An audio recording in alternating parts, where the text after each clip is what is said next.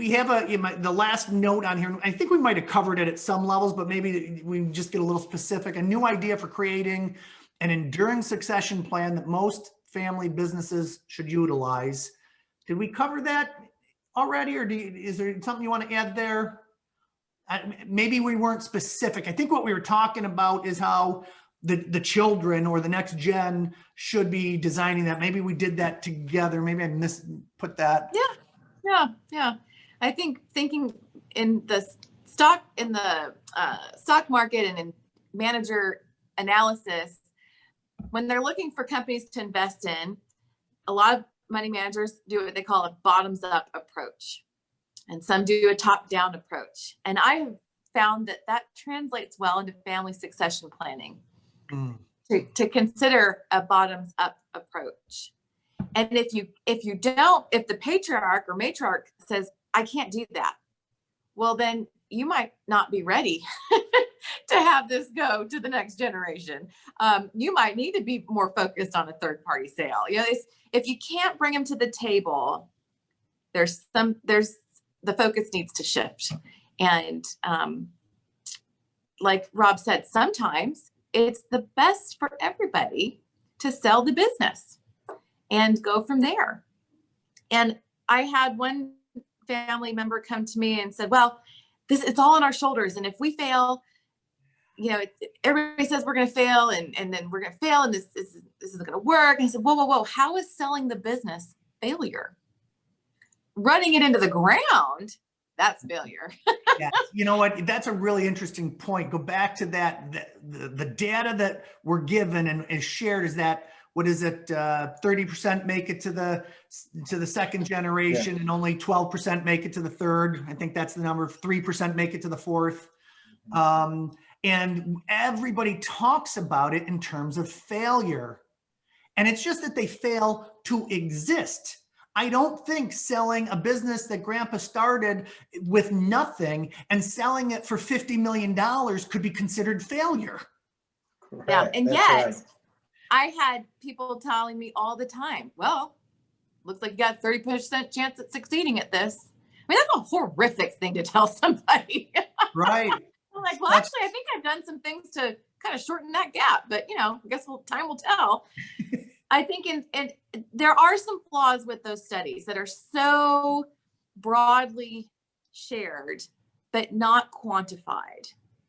And I often have asked people, when they say their fear of failure, it's like, well, what is failure to you? Not what you think everybody else is going to deem to be failure, but what do you think is failure? And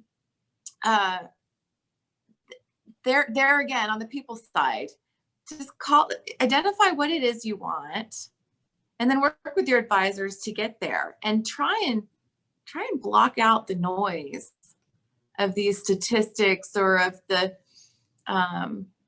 society's opinions, and do what works for you. You're the one living with it, and pull in the resources you need and to help you manage expectations, and have that third party eye on this with a perspective that's not emotionally driven. People have said to me too, like, how do you do this? Like, well, I don't have to go to Thanksgiving dinner with them. It's like, it's a lot easier when there's not an emotionally charged triggers that you're also trying to navigate. And that's what our families are navigating. And it's exhausting. We can come in and not have to deal with that. Instead, could see it for the numbers, see it for the individuals. And so it's just so worth it. It helps make it less painful and helps you open up to things you probably wouldn't have seen otherwise. Yeah, I'd like to add that the numbers and the facts are primarily looking back, right? But succession planning is looking forward. And so to Allison's point, we've got to engage the family stakeholders as early in the process as possible. The patriarchs have a responsibility to also clear myths that the second or third generation may have.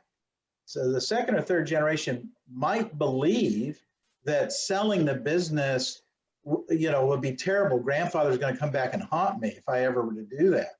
Well, our job as leaders is to work with the multiple generations in the business on creating that future and getting rid of those myths. And that begins to now, it's not fact necessarily, but it becomes a reality about the future. And that you need to put that into your succession planning, not only data, which is sound and important, but also we should try to shoot down as many family lore and myths that we all dream up. And so I agree with Allison. When we do succession planning, we start bottom up, interviewing all the family stakeholders, but we also go top down, right? We find out where we're misaligned, and then that's where we go to work. And most of the time when we're misaligned greatly, we're not ready. And so they'll just be the family will throw money away trying to get advisory help when it's just not worth it. And I know for a fact, Allison has said no to many clients, as I have too, that you're just not ready yet. Here's some steps you can take to try to get ready. But it's so important to be thinking forward, and succession planning is out in the future.